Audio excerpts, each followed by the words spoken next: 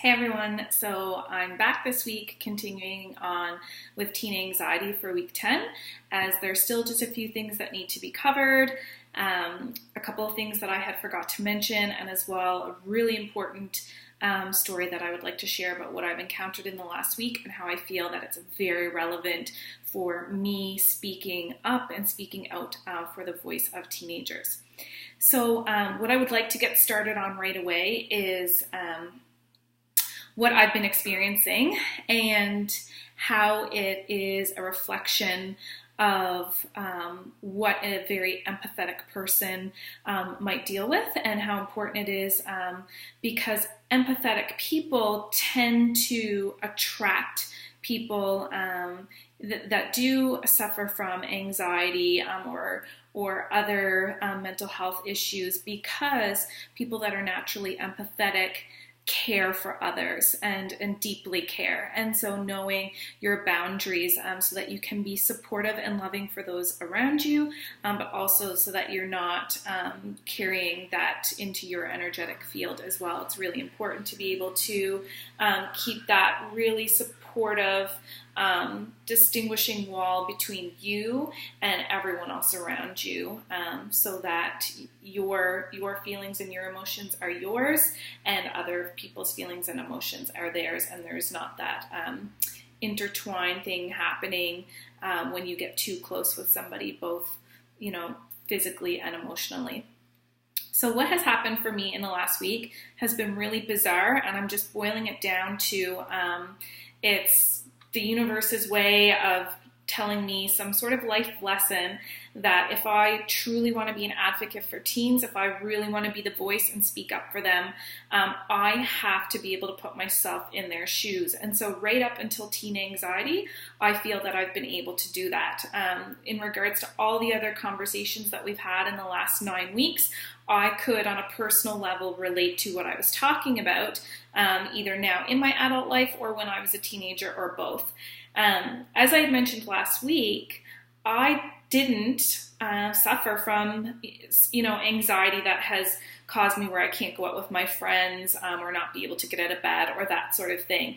I've definitely had some pretty crappy moments happen in my life, and I've dealt with that with feeling anxious right away and then being able to go do things that occupy my time, that make me happy, that I'm very quickly able to get back into a safety net, a safety zone for me, and what feels comfortable and not that feeling of fear.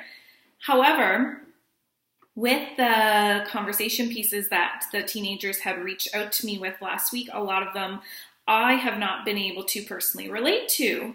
And this week was some sort of bizarre lesson around that. So I did have one girl who reached out to me about a fear that I did not talk about last week, and I apologize to her if she's watching this video. I didn't talk about it because it was my own fear that I've carried as a child and a teenager that I was able to let go of when I got into my 20s.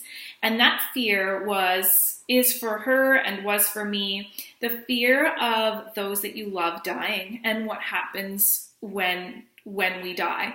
And so as a kid and as a teenager, I would often go to bed and be very worried if my parents fell asleep before me. I wouldn't want to be up on my own. I was very afraid of the dark, afraid of ghosts or spirits or whatever you might want to call it or associate with afterlife.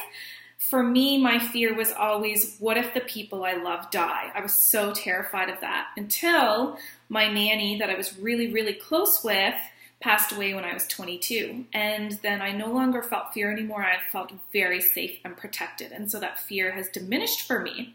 So now, almost 10 years later, I've never went to bed with that fear. I obviously don't fear the dark anymore. I don't fear being alone, those sorts of things.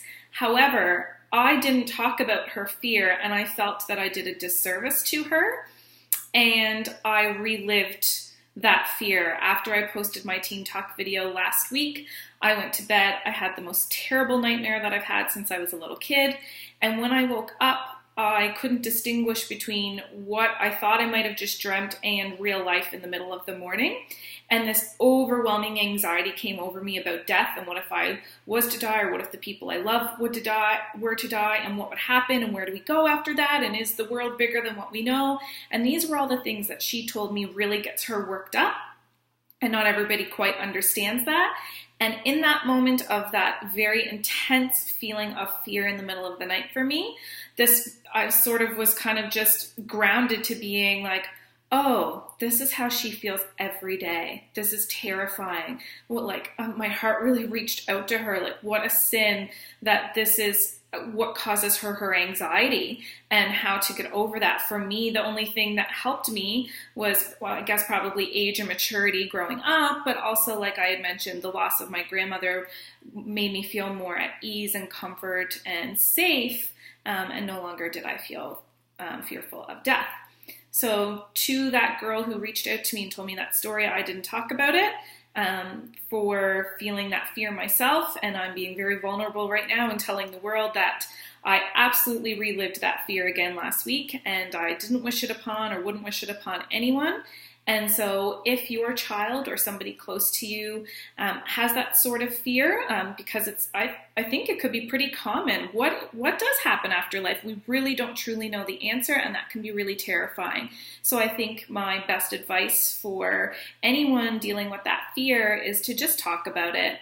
Really just keep talking. The next day I called my friends and I explained my situation to my sister, and just voicing it made me feel that much better. As my week went on, though, I continued to feel anxious and have periods of anxiety that I have never experienced before. On Saturday, I suffered the most crazy 3 hours of anxiety that I've ever had. And it stemmed from me picking up the thoughts and the feelings of all of the teenagers that I had interviewed or spoke with in the last week. And so if they told me they were fearful of A, B, and C, I thought about that, and then I started to get anxiety. And I went through all of the emotions that they said, and to the point where I was at a social gathering with friends and family, and I had to remove myself, and I couldn't even be around everybody. I had to go into the room, lay down, and I even trying to talk myself through that, like, come on, Nicole, get up. This isn't your fear. Why are you feeling this way? I was rocking back and forth and breathing heavy heart. I was warm. Heart was pounding. I was losing control of my breath. I was shaky. I could barely even pick up a glass of water.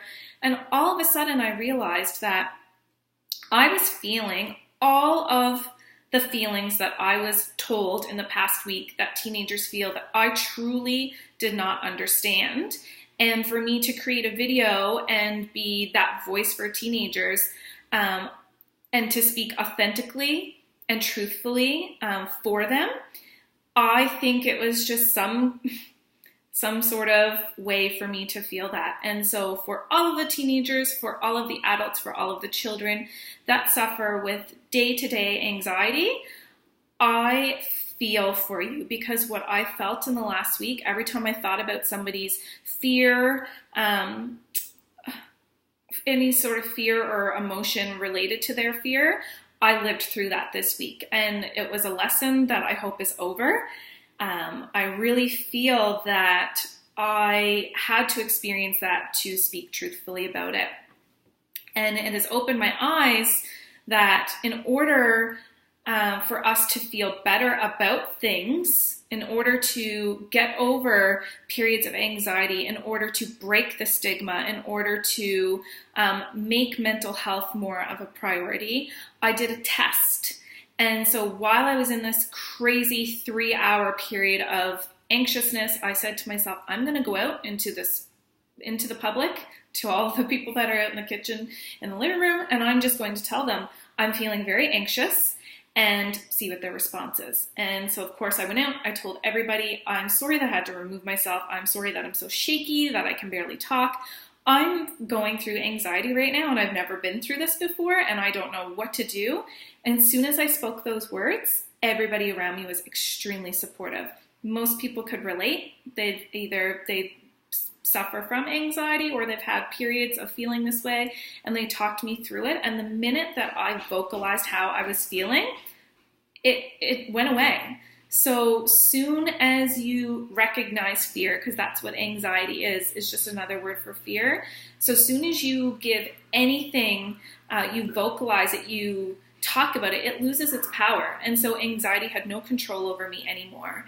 And when I got out of that feeling of fear, I realized that it was really hard for me to get up and go tell people how I was feeling, but that's what helped. And so my advice going into this week for you is, when you are laying in your bed feeling like you can't get out, if there's not somebody physically in your home or around you to talk to, pick up your phone and call somebody. If you need to, call me or contact me, because I can now actually truly understand how you are feeling, and I would love to be supportive for you and be able to talk you through or talk you out of how you might be feeling. So with all of this in mind, if you are not sure about what your energetic field is, it's simply, everything is energy. I am energy, you are energy, everything around us is energy. I mean, that's science, that cannot be argued. But what is really important is that we have a very strong energetic boundary. And if you do not protect yourself, when you're around others, you're going to pick up their energy field as well. And so if somebody is very fearful or very anxious and you spend a lot of time around them, if you don't know how to block or protect yourself, then you're going to start to feel those fears and feel anxious as well. And so what I would strongly suggest is to start to really work with how you can protect your own self, and also be supportive for those around you, so that you're not blocking other people out, not blocking them out of your life, but just being able to invite them in, and this is your space and that's theirs, and hopefully you can get them on a level where they're feeling good about themselves as well. So much briefer than last week. I really cannot say how appreciative I am of everybody who reached out to me last week, mainly parents. Which is different for me. Usually it's teens. So parents, I'm going to ask if you can please share my video with other parents, as I feel now Teen Talks is starting to get equally as important for adults as it is for teens. So I'm going to go ahead and end this video, wishing everybody a really great week. August is a crazy time of transition, so be patient with yourself, be patient with those around you. Just sit back and enjoy the last few weeks of summer, and I'll be back next week, and I hope everybody has a wonderful Monday. Thank you.